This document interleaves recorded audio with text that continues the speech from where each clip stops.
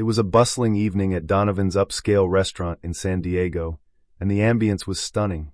Crystal chandeliers hung from the ceiling, the tables were adorned with pristine white tablecloths, and the silverware gleamed under the soft lighting. The waitstaff glided effortlessly through the restaurant, balancing plates of mouth-watering food. In the heart of the dining room sat a group of 3 women, with Evelyn Monroe leading the pack. She was a wealthy, self-assured woman who loved to flaunt her status, always decked out in extravagant jewelry and designer attire. Evelyn had a certain air about her, as if she owned the entire place. To her, everyone had their designated role in life, and she was clearly at the very top of the hierarchy. On the other side of the restaurant, Emily, a young waitress, was working that night. She had been taking on extra shifts to save up for college, but the exhaustion was starting to catch up with her. As she carefully carried a tray of glasses, she stumbled slightly, catching the attention of Evelyn, who wore a smug grin. To Evelyn, people like Emily were invisible, until, of course, they made a mistake. The tension in the air grew thick when Emily delivered their food. "Here you go, ladies. I hope you enjoy your meal," she said softly, with an apologetic smile. But Evelyn didn't waste a second before voicing her displeasure. "Is this supposed to be medium rare? This looks overcooked. And why did it take so long?" she snapped. Emily tried to apologize, but Evelyn cut her off abruptly. "Don't bother with the excuses," she said, her voice dripping with sarcasm. "It's not that hard to get an order right, is it?" Evelyn's friends chuckled, clearly enjoying the spectacle. Emily's face flushed with embarrassment, and a heavy silence settled around the table as others in the restaurant shifted uncomfortably.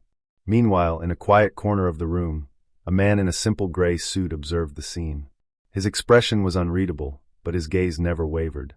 Little did anyone know, this moment was about to shift everything.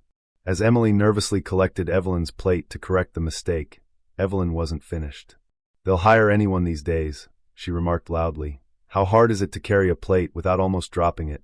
Her friends laughed again, and Emily's heart sank.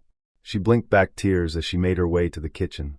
Sure, she had faced rude customers before, but Evelyn's cruelty stung deeper than usual. All the while, the man in the gray suit continued to watch, his mind clearly processing everything unfolding before him. Evelyn didn't stop. "Did you see how she walked? She looked like she could barely stand up. If she can't handle a job like this, maybe she should go flip burgers somewhere else," she mocked, loud enough for nearby patrons to hear.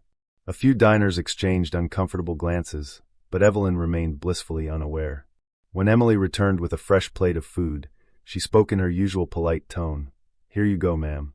The chef made this fresh for you." Evelyn barely glanced at the plate before responding, "I guess this will do. Next time, get it right the first time. And learn how to walk properly. You're making this place look bad." Then, something completely unexpected occurred.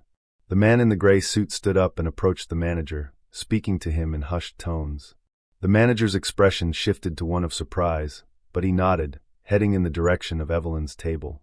Evelyn, oblivious, continued her bragging about her upcoming luxurious vacation, completely unaware of what was about to happen. When it came time to ask for the bill, the manager arrived, not only with the check, but also with an envelope and a bottle of champagne. Evelyn's eyes lit up at first, assuming it was a complimentary gesture, but her smile faltered when she learned the truth. The man in the gray suit made his way over, introducing himself as Charles Donovan, the owner of the restaurant.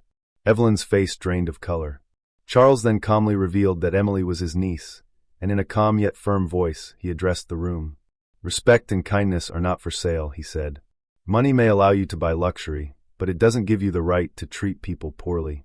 The entire restaurant fell silent as Evelyn, once so full of confidence, suddenly appeared small and uncomfortable. Charles continued, explaining that rather than offer free champagne, he had decided to donate the cost of their entire meal to help young people like Emily, who worked hard to secure a brighter future. Evelyn attempted to defend herself, but Charles gently cut her off. "This isn't about punishment," he said. "It's about learning to be a better person." A soft round of applause broke out from the surrounding tables, signaling that the other customers agreed. Emily, feeling a bit taller now, took a moment to collect herself before returning to her work. As the night continued, the atmosphere gradually returned to normal, but something had definitely shifted. Conversations buzzed about the incident, and many patrons began treating the staff with newfound kindness and respect. Outside the restaurant, Evelyn left in silence, her friends attempting to comfort her. But their words offered little consolation. She had learned an important lesson that evening. Respect isn't something you can buy, no matter how much money you have. The night wound down peacefully. A few customers left generous tips, while others shared kind words with the staff. It was a reminder to everyone that kindness costs nothing, but is worth everything. At the end of the day, what truly matters is not how wealthy or powerful you are, but how you treat those around you. If this story resonated with you, share it with someone who needs to hear it. And don't forget to follow for more stories that remind us all to be better, to treat others with respect, and to always be kind.